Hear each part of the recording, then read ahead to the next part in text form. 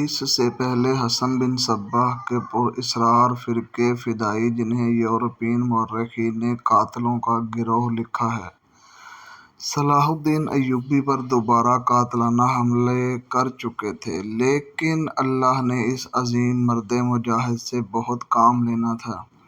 دونوں بار ایک معجزہ ہوا جس میں یہ مرد مجاہد بال بال بچ گیا۔ سلطان پر تیسرا قاتلانہ حملہ اس وقت ہوا جب وہ اپنے مسلمان بھائیوں اور صلیبیوں کی سازش کی چٹان کو شمشیر سے ریزہ ریزہ کر چکا تھا۔ امیر سیف الدین میدان جنگ سے بھاگ گیا تھا، مگر وہ سلطان کے خلاف بغض اور کینہ سے باز نہ آیا۔ اس نے حسن بن صباح کے قاتل فرقے کی مدد حاصل کی۔ حسن بن صباح کا فرقہ اسلام کی آستین میں سانپ کی طرح پل رہا تھا۔ اس کا تفصیلی تعارف بہت ہی طویل ہے، مختصراً یہ کہ جس طرح زمین سورج سے دور ہو کر گناہوں کا گہوارہ بن گئی ہے، اسی طرح ایک حسن بن صباح نامی ایک شخص نے اسلام سے الگ ہو کر نبیوں اور پیغمبروں والی عظمت حاصل کرنے کا منصوبہ بنایا۔ وہ اپنے آپ کو مسلمان ہی کہلاتا رہا اور ایسا گروہ بنا لیا جو طلسماتی طریقوں سے لوگوں کو اپنا پیروکار بناتا۔ اس مقصد کے لیے اس گروہ نے نہایت حسین لڑکیاں، نشہ آور جڑی بوٹیاں، ہیپان ٹرن اور چرب زبانی جیسے طریقے اختیار کیے۔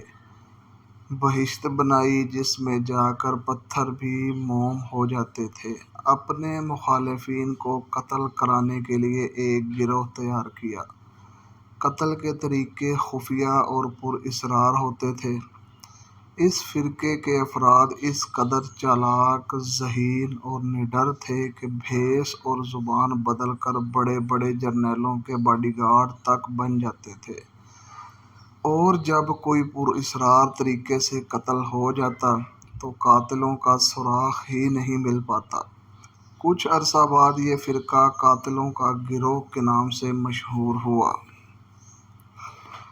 یہ لوگ سیاسی قتل کے ماہر تھے۔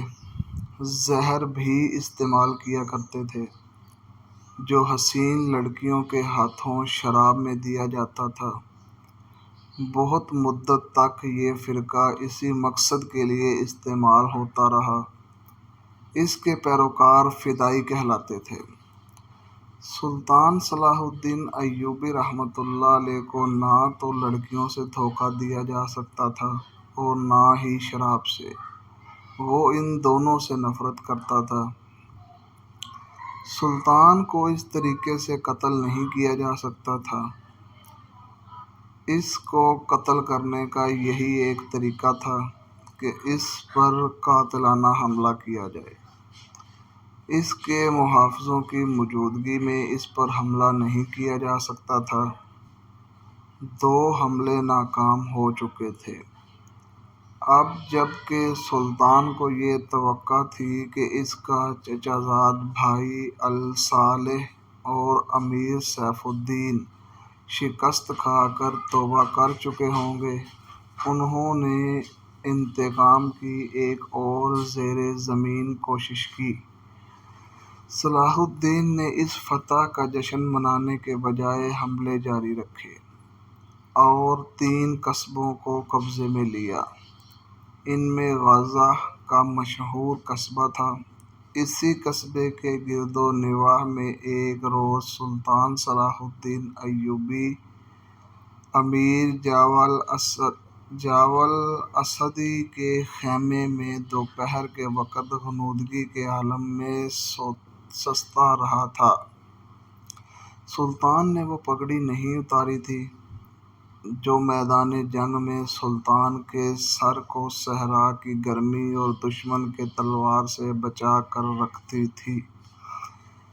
خیمے کے باہر اس کے محافظوں کا دستہ موجود اور چوکس تھا۔ باڈی گارڈز کے اس دستے کا کمانڈر ذرا سی دیر کے لیے وہاں سے چلا گیا۔ ایک محافظ نے سلطان کے خیمے میں گرے ہوئے پردوں میں سے جھانکا۔ اسلام کی عظمت کے پاسبان کی آنکھیں بند تھیں اور پیٹھ کے بل لیٹا ہوا تھا۔